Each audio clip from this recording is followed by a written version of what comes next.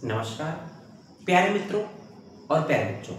आज हम लोग बात करने वाले हैं रसशास्त्र एवं भेषज कल्पना के अंतर्गत जो पेपर नंबर 2 का चैप्टर 6 का जो आपका कल्पना निर्माण है पार्ट 1, उसके हम लोग वीडियो को कंटिन्यू करने वाले हैं। इससे पहले हम लोगों ने सामान्य उसके एक इंट्रोडक्शन के पॉइंट ऑफ व्यू से इस चैप्टर का वीडियो बनाया था, जो कि आपको बहुत अच्छे समझ में आएगा। और ये लास्ट वीडियो जो हम लोग का था लगभग 1 महीना पहले था।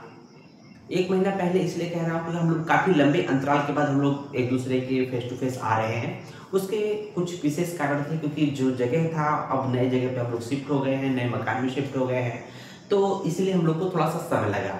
तो आइए शुरू करते हैं स्वरस कल्पना। हम लोग देखते हैं डिफरेंट कल्पना की बात करते थे। तो हम लोग लास्ट लेक्चर हम लोग ने बात किया था कि मौलिक कल्पनाएं क्या होती है और उसकी जो अन्य कल्पनाएं क्या होती है, मतलब जो बेसिक जो कल्पना कौन कौन सी थी और साथ ही साथ उसके डिराइवेटिव कल्पना कौन कौन सी थी, उसके बारे में हम लोगों ने बात किया था इन जनरल। यहाँ पर एक एक करके बात करेंगे। सबसे पहले मौलिक कल्पना के बारे में बात करेंगे। मौलिक कल्पनाएं 5 होती है: स्वरस, कल्प, क्वाड, हिम, फांट। सबसे पहले हम लोग बात करेंगे स्वरस कल्पना। स्वरस जैसा कि नाम है स्वरस, तो इसका देखेंगे सबसे पहले क्या देखेंगे, पर्याय, सिनोनिम्स की बात करेंगे। तो स्वरस के पर्याय क्या क्या होते हैं इसको देख लेंगे, इंपॉर्टेंट है। स्वरस को क्या बोलते हैं, रस, है ना, रस और निर्यास। 2 पर्याय होते हैं, एक होता है रस होता है, एक होता है निर्यास होता है। इंपॉर्टेंट है, इसको अच्छे से याद कर लीजिएगा। अब देखते हैं स्वरस की परिभाषा, अर्थात जो स्वरस कहते किसे हैं। आपसे पूछा जाए कि स्वरस क्या है, तो बहुत ही सिंपल वे में हम लोग बात करें, स्वरस किसी भी औसत द्रव्य का या कोई भी द्रव्य है, मतलब वो आर्द्र अवस्था में है, ताजा है, हरा है, उसको मसल देंगे तो उसका जो खुद का जो रस होगा, उसमें जो एक रस निकलेगा, उसको हम लोग स्वरस कहते हैं। किसी भी द्रव्य का अपना जो रस होता है उसको हम लोग स्वरस कहते हैं। चाहे वो आर्द्र अवस्था में हो, चाहे शुष्क अवस्था हो, चाहे किसी भी अवस्था में हो, उसका जो रस होता है उसको हम लोग स्वरस कहते हैं। स्वरस निकालने की अनेक विधियां होती है, हर एक विधियों के बारे में बात करेंगे। तो यहाँ पर देखेंगे स्वरस की परिभाषा को हम लोग सबसे पहले देखते हैं चरक ने क्या बोला है। चरक ने सूत्र स्थान के 4थे चैप्टर में क्या बोला है कि देखेंगे, यंत्र निष्पीड़िता द्रव्यात् रसः स्वरस उच्यते। तो यहाँ बोला हमने, ध्यान दीजिएगा, इंपॉर्टेंट पॉइंट क्या है, यंत्र निष्पीड़िता। यंत्र मतलब यंत्रों की सहायता से, मतलब निष्पीड़िता मतलब निचोड़ जा, निष्पीड़िता मतलब होता है उसको कंप्रेस करना, प्रेशर करना। अर्थात किसी भी यंत्र की सहायता से किसी हरे द्रव्य को, जो गीले द्रव्य होते हैं, ताजे द्रव्य होते हैं, उसको कंप्रेस करते हैं। प्रेस करने से जो द्रव्य से जो रस निकलता है उसको हम लोग स्वरस की संज्ञा देते हैं। ये तो बात आचार्य चरक ने सूत्र स्थान के 4थे चैप्टर में बोली है। अब इसी चीज को, इसी बात पर, इसी मतलब श्लोक पे चक्रपाणी ने अपनी टीका की है, यो रस स्वरस प्रोक्त। अर्थात कोई भी द्रव्य हो, कोई सिंपल वे में कह दिया, कोई भी द्रव्य हो, उसका, कोई द्रव्य का मतलब कोई भी हरा ताजा द्रव्य ले लेंगे, उसको निचोड़ देंगे, उसको कंप्रेस कर देंगे, तो उससे जो एक रस निकलेगा उसको हम लोग स्वरस की संज्ञा देते हैं। अब देखेंगे उसके बाद क्या है कि शारंध्र और भाव प्रकाश का रेफरेंस देके देखते हैं।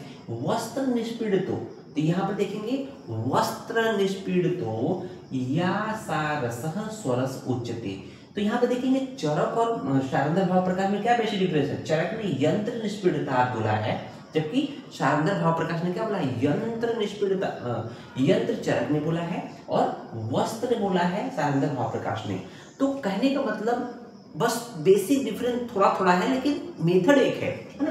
तो यहाँ पर वस्त्र निष्पीड़िता अर्थात किसी भी द्रव्य को कूट पीस कर उसके वस्त्र में रखकर उसको अच्छे से निचोड़ते हैं, तो उसके द्वारा जो रस निकलेगा द्रव्य का, उसको स्वरस की संज्ञा देते हैं। तो ये तो बात हो गई आपके इस तरह से। तो हम लोगों ने देखा भी होगा, हम लोगों ने आज के आम प्रयोग में, कि कोई भी, जैसे हम लोग मार्केट में जाते हैं तो गर्मियों में मौसमी का जूस पीते हैं, या अनार का जूस पीते हैं, या अनानास का जूस पीते हैं, तो उसमें देखते हैं ना मशीन में कंप्रेस करते हैं, तो वहां पर यंत्र है। और सिंपल अगर हम बात करें कि जैसे वस्त्र की बात करें, तो किसी भी द्रव्य को जो बहुत सॉफ्ट होता है उसको हल्का सा पेस्ट बना लेंगे, चटनी बनाकर। जैसे धनिया की चटनी है, धनिया की चटनी को, धनिया को हम लोग हरे धनिया की पत्ती को कूट पीस कर वस्त्र में लपेट कर, रुमाल में लपेट कर उसको अगर अच्छे से दबा देंगे तो उसका रस निकल जाएगा, तो उसको हम लोग स्वरस बोलते हैं।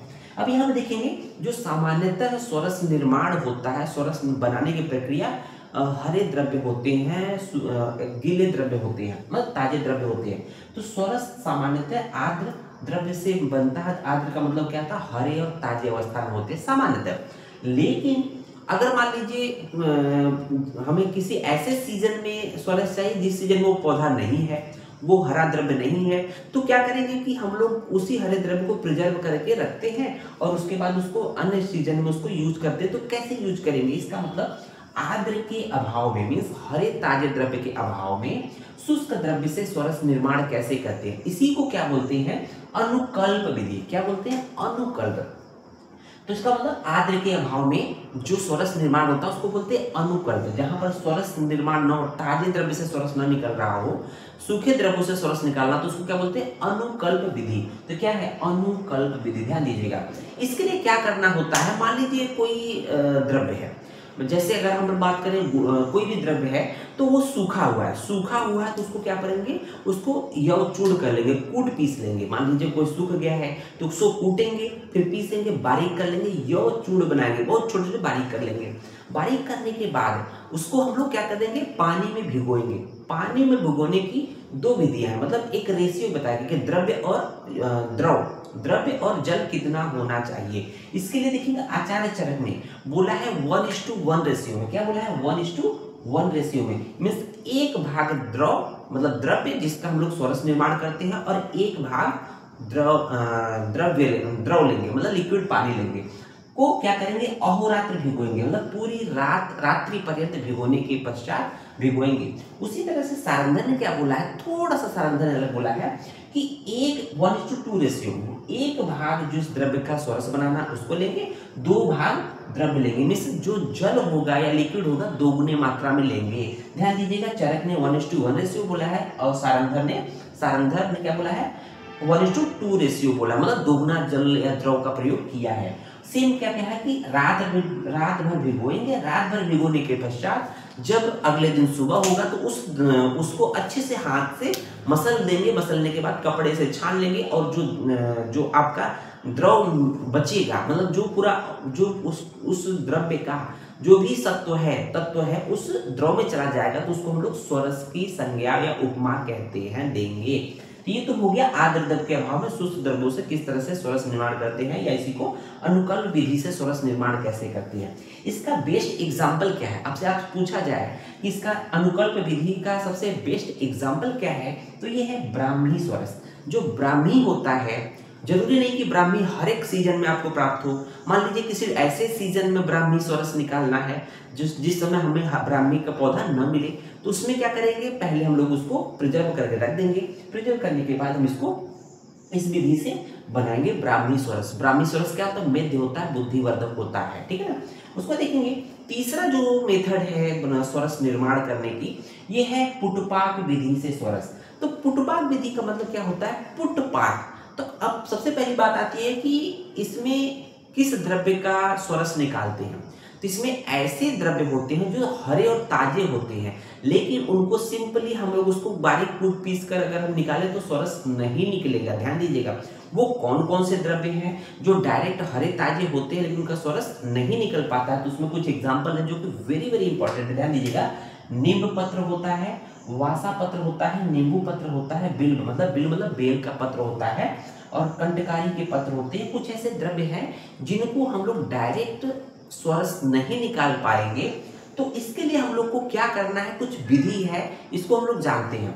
देखिए पुटपाक, पुट का मतलब होता है पोटली बनाना। पुट का मतलब क्या होता है, पोटली बनाना, और पाक मतलब होता है अग्नि के द्वारा पाक करने के पश्चात उसका स्वरस निर्माण करेंगे, उसको पकाएंगे अग्नि के द्वारा। तो क्या करते हैं इसमें, आइए इसकी मेथड देख लेते हैं।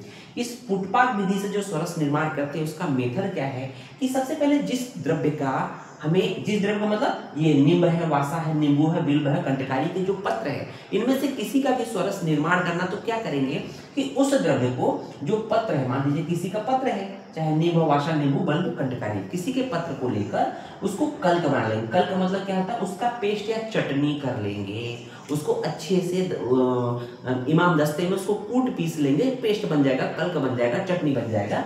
उसके बाद क्या करेंगे, उसको चटनी बन जाएगा ना, तो उसको एक पत्र में ले लेंगे। पत्र का मतलब चाहे वट मतलब बरगद के पत्र होगा, चाहे गंभारी के पत्र में अच्छे से उसको रख कर उसको पिंड गोला बना लेंगे। उसको उसमें रख पत्र में रखकर उसको गोला बना लेंगे, है ना, बाल नुमा। कैसा गोला बनाएंगे कि गंभारी के पत्र में लपेटेंगे, लपेटने के बाद गोल ऐसा हो जाए कि गोल हो जाए, मतलब गेंद के समान हो जाए। अब उसके बाद उसको धागे का प्रयोग कर देंगे। उस पर क्या करेंगे, धागा लपेट देंगे।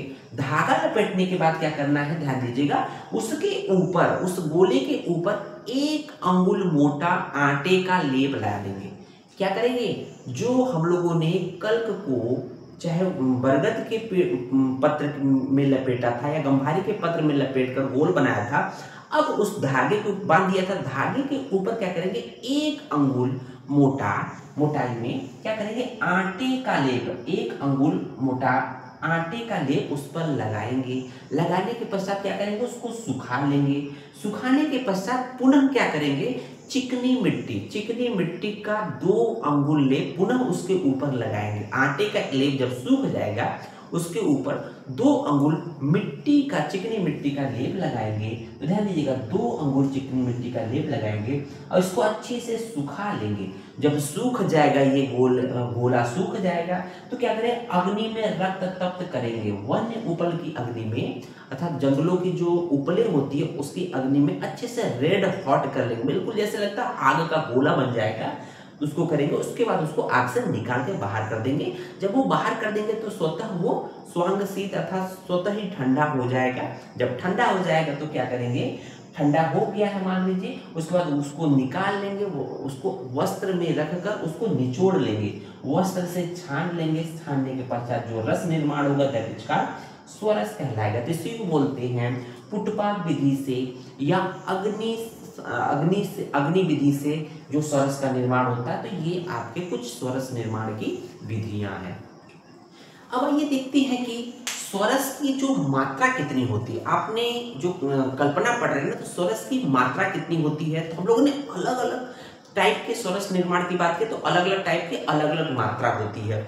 उसमें देखेंगे कि सामान्य जो स्वरस बात किए थे, सबसे पहले हम लोग कौन सी स्वरस की बात करें, जो हरे ताजे द्रव्य होते हैं उनको हाथ में लेकर अगर मसल दे तो ऑटोमेटिक रस निकलता है। तो उस स्वरस की मात्रा कितनी होती है, तो उस स्वरस, सामान्य जो स्वरस है उसकी मात्रा 2 तोला होती है। 2 तोला का मतलब अर्ध पल होती है, 1/2 पल होता है। अर्ध मतलब 1/2 आधा पल होता है। तो सामान्य जो स्वरस की मात्रा होती है वो अर्ध पल होता है या 2 तोला होता है, क्योंकि 1 पल में 4 तोला होता है। उसको देखेंगे अनुकल्प विधि से स्वरस या पुटपाक विधि से स्वरस, जिसको हम लोग अग्निसिद्ध स्वरस कहते हैं। तो अनुकल्प विधि जो है वो मान लीजिए जो ये हम लोग कहते हैं अनुकल्प विधि, तो यहाँ पर आर्द्र द्रव्य के अभाव में अगर सूखे द्रव्यों से स्वरस निर्माण करते हैं तो उसकी मात्रा क्या होगी, 4 तोला है। और वही दूसरी तरफ पुटपाक विधि से या अग्निसिद्ध स्वरस की मात्रा कितनी होगी, वो भी 4 तोला या 1 पल मात्रा होगी।